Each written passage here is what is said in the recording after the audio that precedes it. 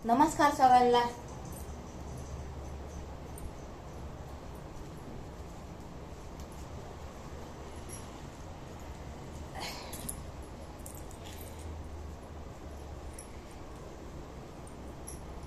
कसे आहेत? बरे आहेत ना? बघा, आमच्या गावाच्या शेजारी गाव होतं. तिथं आपली एक आजी राहत होती. तर तिच्याकडं नाही का शेतीपोती भरपूर होती. आणि शेतीपोती असताना तिच्याकडे पक्ष भरपूर होते. बकरी होती, मेंढे होत्या, गाई म्हशी होत्या. बसलेच नाही हो मी बरोबर. तर मग ती काय करायची बघा, सकाळी सकाळी गाईचं दूध काढायला नोकरला लवकर उठवायची. नोकर तिच्या घरीच असायचा.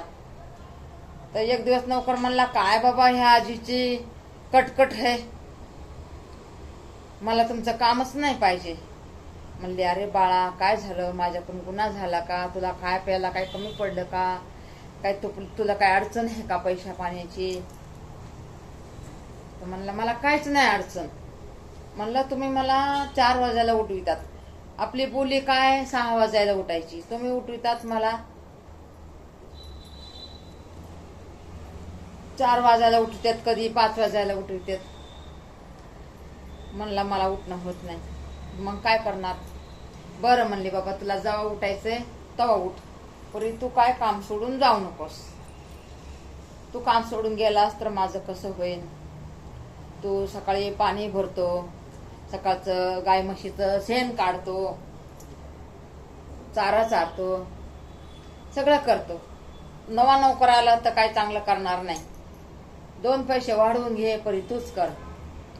तर मग तिच्या इथं काय असे पेरूचे दरवाजाकडे झाडं असायचे, पेरूचे झाडं असायचे, इकडं ह्याचे झाडं असायचे, आंब्याचे झाडं असायचे, जांभळाचे असायचे. आता बगीचा म्हणल्यावर फुलांचे झाडं, आणि बाग म्हणल्यावर बागामध्ये काय केळे आहे, पेरू आहे, आंबे आहे, बोर आहे, सगळंच आहे.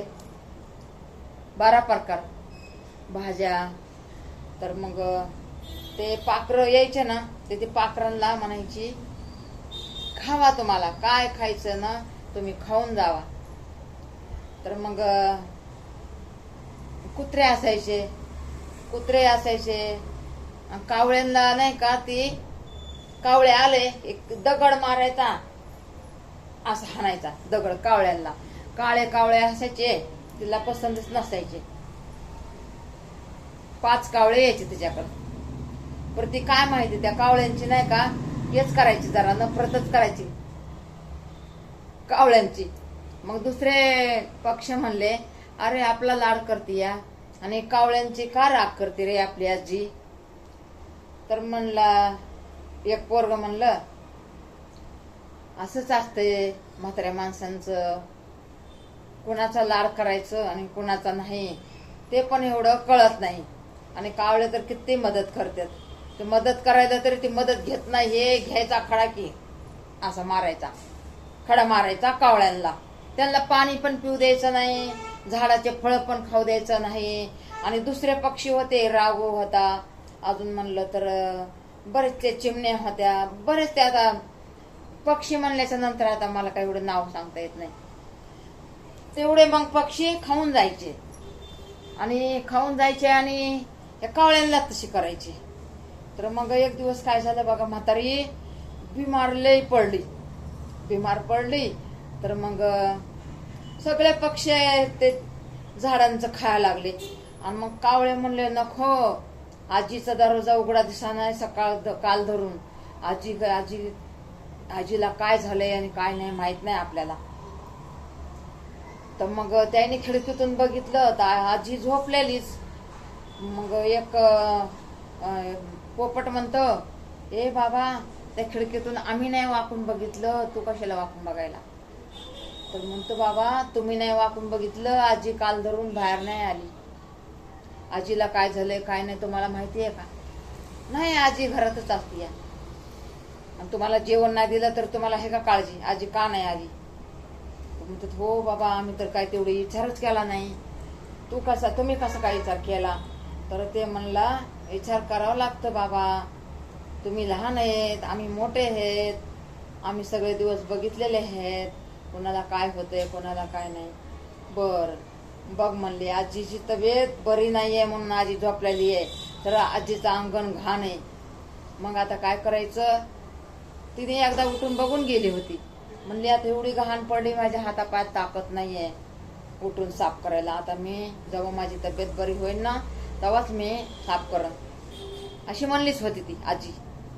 तर मग हे बघा हे कावळे आले बिचारे, आणि ह्या चुचना तर लाकडं लुकडं गोळा करून हे बघा आपल्या पंखानी असं पंख असे करून ते झाडू मारला पंखानी 5 कावळ्याने. आणि तिने खिडकीतून बघितलं तर हे कावळे काम करायला येत, तर तिला लई अशी करायला लागली, अशी करून बघायला लागली, अशी करून बघायला लागली, अशी करून बसली त्या खिडकीपाशी आणि बघायला लागली अशी करून.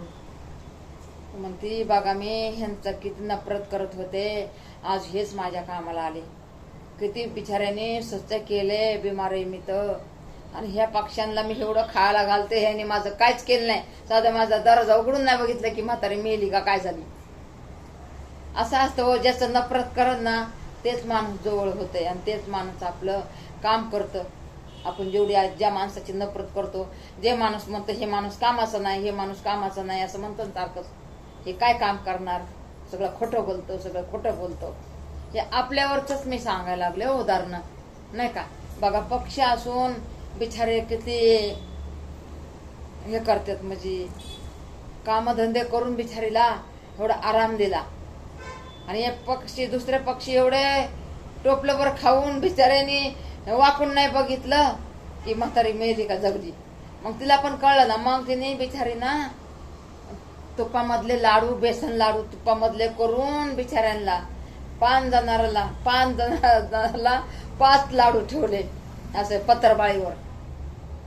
तरी पण बिचारे हिला बघून पळून चालले होते. म्हणली थांबा बाळांनो थांबा, मी तुम्हाला नाही मारणार. मग थांबले, मग बोलविलं, मग दिलं. असं असतंय हो,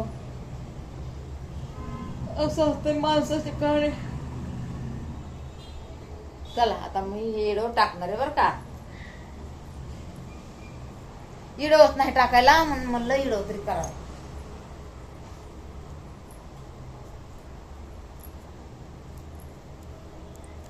उठूनच बंद करावं लागतो व्हिडिओ. चला नमस्कार सगळ्यांना. नाही तर बाबा तोंड दाखवून हे करू.